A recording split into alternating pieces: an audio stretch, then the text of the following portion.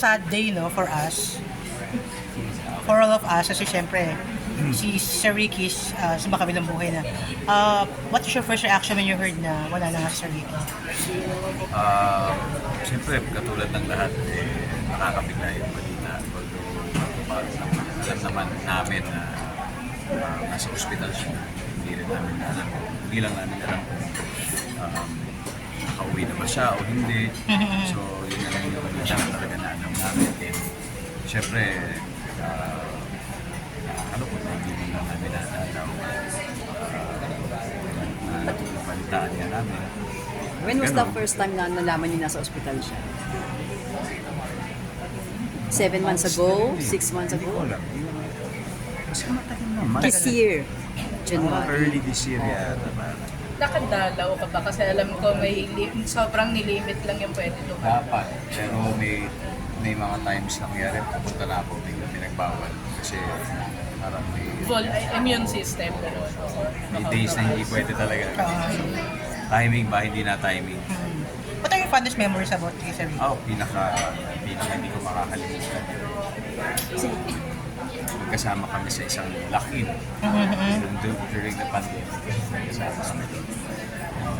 Mas nakilala ko talaga siya. Although matagal ko na siya nakakatrabaho, Jezebel, Yes. in several teleseries. Pero ito talaga yung, siyempre pag lock-in, di ba? Parang nakakapag-banding talaga kayo ng asin-sino. Pero gusto talaga siya mas nakilala, mas na-appreciate, hindi bilang isang co-actor, kundi bilang isang human being na talagang tinitingalaan ko. Ano yung mga pag-uusapan niyo nun? Ano yung mga napag-uusapan niyo? Anything about life, adobo recipe, ano mo yung masarap na kape, mga ganung bagay lang. Always good vibes si Tito Ricky. Ano naman yung kanyang chinito smile, talagang innate sa kanya. And he brings such positive vibes to every room that he steps in. Grabe yung presence niya sa kanyang bawat performance, sa kanyang paplano man yan sa harap ng TV o kahit sa likod ng camera, iba talaga yung kanyang energy na binibigay sa lahat ng tao. Kaya hindi namin malilimutan talaga sa kanya. May mga naalala ka bang payo niya sa'yo when it comes to life and when it comes to work or... Mahirap siguro isang salita lang na payo niya. Kasi I think he lived by example. Yes. Kung ano yung buhay niya, kung ano yung mga ginagawa niya, paano siya makitungo sa tao. Yun yung forever na tatatak sa'yo more than words. Oo. Talagang yung actions niya speak louder than words, so to speak. So, pinakamahalaga sa lahat yung paano siya isang mabuting tao sa mga tao na kapaligid sa kanya, lalong-lalo na sa kanyang mga katrabaho. Nakaduwit mo ba siya? Ay, nako! Mahilig siya kumante, hindi ba siya mahilig sa madala ng... Mahilig. Alam nyo, nung nagsisimula ako, yun yung una kong memory sa kanya. Kasi whenever I would attend mga parties of the industry, parati ko nakikita si Ricky daw. Nasa stage na may hawak. Not once, siguro mga 3 beses. Mahilig kumanta kasi. Pero hindi ka tinawag para magduwit. Hindi kasi parati ako nasa iyo. Tsaka hindi, mahihain. Hindi ko kakayanin yun. Tsaka hindi pa kami magkakilala. No? As in from afar, I already knew na parang this guy really is something whenever he's on stage because he exudes that type of presence nga and good vibes sa kahit anong entablado. So sabi ko balang araw, sana makatrabaho ko sa pagkakatotoo. Anong show yung nagkasama kayo nung pelikula? Jezebel? Yung nag-locking kayo sa Yung alternate. alternate. One of the I Can See You episodes. Mini-series na. Dong, anong reaction mo na sa nangyayari sa industriya? Sunod-sunod yung pagkawala. Parang may something ba o ano? Wala bang planong... Nating isipin na, pero nakakalungkot na sunod-sunod talaga yung pagpanaw ng ating mga iniidolo ng mga tao. Grabe yung contribution sa industriya. Ano yung meron tayo ngayon. Yung laking mukha nito ay dahil din sa kanilang napakagaran, napakahusay na contribution sa kultura. Don, can you take us back sa first time na nakilala mo siya? Oh, first time. Jezebel based din.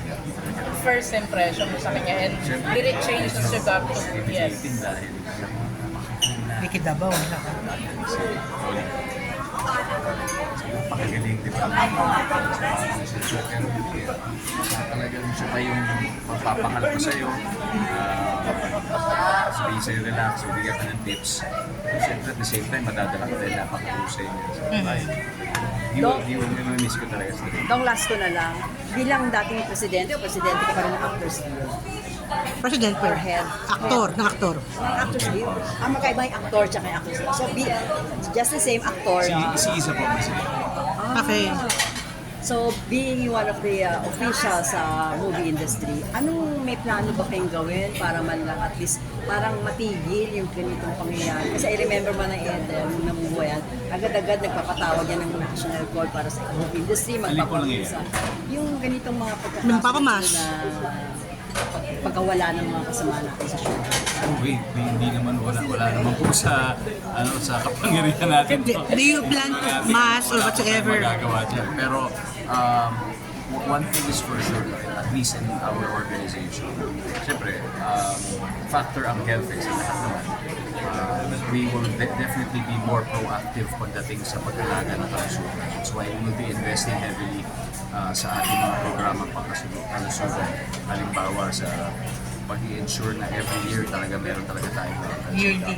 Yun yung talagang i-instill namin sa lahat ng members namin. Kasi syempre, bago pa dumating sa kanya ng mga sakit, di ba gusto natin ma-prevent siya. But more importantly, we encourage a healthy lifestyle. Kumbaga proactive than reactive kaysa nandiyan. But I mean, these things, wala talaga tayong control.